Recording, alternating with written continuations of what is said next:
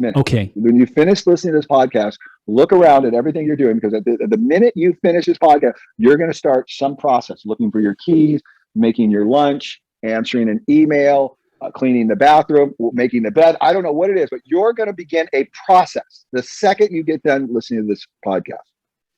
I don't know what it is. Finding your hat. I don't know what it is.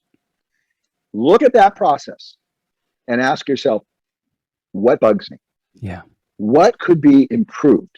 Don't wait till tomorrow. Do it right now. And then simply pause, stop, and make a small micro improvement to the way it does. And then you do the next process. Say, how could I have done that better?